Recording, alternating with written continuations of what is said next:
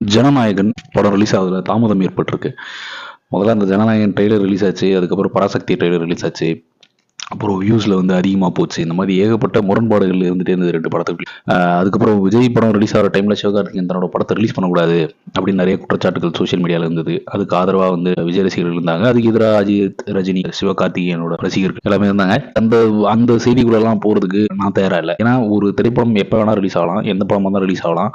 தலைவன் தோனி சொன்ன மாதிரி தான், இந்த பேட்டிங் ஃபர்ஸ்ட் பேட்டிங் செகண்ட்லாம் கிடையாது. எந்த 11 பேரை கொண்ட குழு அன்னைக்கு சிறப்பாக செயல்படுதோ அவங்க தான் வெற்றியாளர்கள். ஸோ அந்த பேட்டிங் பிச் போலிங் பிச்சில் நம்பிக்கையிலேருந்து வரு. அந்த மாதிரி இன்னைக்கு அவங்க ரிலீஸ் பண்ணுவோம், அவங்க ரிலீஸ் பண்ணக்கூடாதுன்னு சொல்றதுக்கெல்லாம் யாரோட வீட்டு சொத்தும் கிடையாது. தியேட்டரு படம் ரிலீஸ் ஆகி எந்த படம் நல்லா இருக்கோ அந்த படம் ஓட போகுது. அதனால் விஜய் ரசிகர்கள் அதை பற்றி வருத்தப்பட வேண்டிய அவசியம் கிடையாது.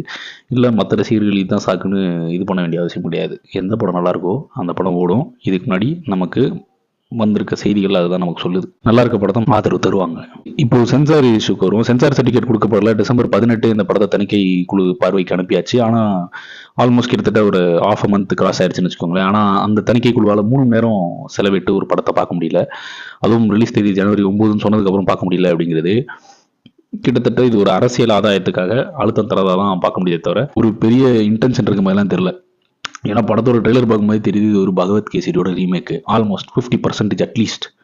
ஸோ அப்படின்னும் போது அந்த படத்தில் ஒன்றும் பெருசாக விமர்சனத்துக்குரிய வசனங்களோ இல்லை இதுவோ இருக்கிற மாதிரி தெரியல. படத்தை இவங்க ப்ளே பண்ணுறதுக்கான ஒரே reason, it should not get released on the planned date. Pressure கொடுக்கணும் அப்படின்னு சொல்லிட்டு அதிகாரத்தை கையில் வச்சிருக்கவங்க பண்ணக்கூடிய ஒரு அட்டுழியம் தான் இது. அராஜகம், அநியாயம், என்ன வேணால் போட்டுக்கோங்க. ஆனால் அது எல்லாமே 100க்கு 100 பொருந்தும். அது விஜய் படத்துக்கு இல்லைங்க, யாரோ ஒரு படத்துக்கு இவங்க செஞ்சாலுமே அது அநியாயம் தான். அதிகாரத்தை கையில் வச்சிருக்கவன் அதிகாரம் இல்லாதவங்க மேலே இழைக்கக்கூடிய அநீதி. அதை இந்த பெர்ஸ்பெக்டிவ்ல பாருங்க.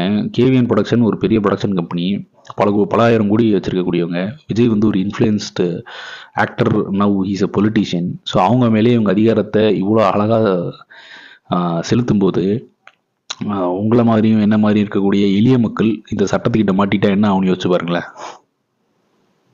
செஞ்சிருவாங்கல்ல. எப்படி இந்த சட்டம் எளிய மக்கள் பக்கம் நிற்கும் நீங்க நம்புவீங்க? நம்ம அந்த மாதிரி எண்ணமே வரக்கூடாது.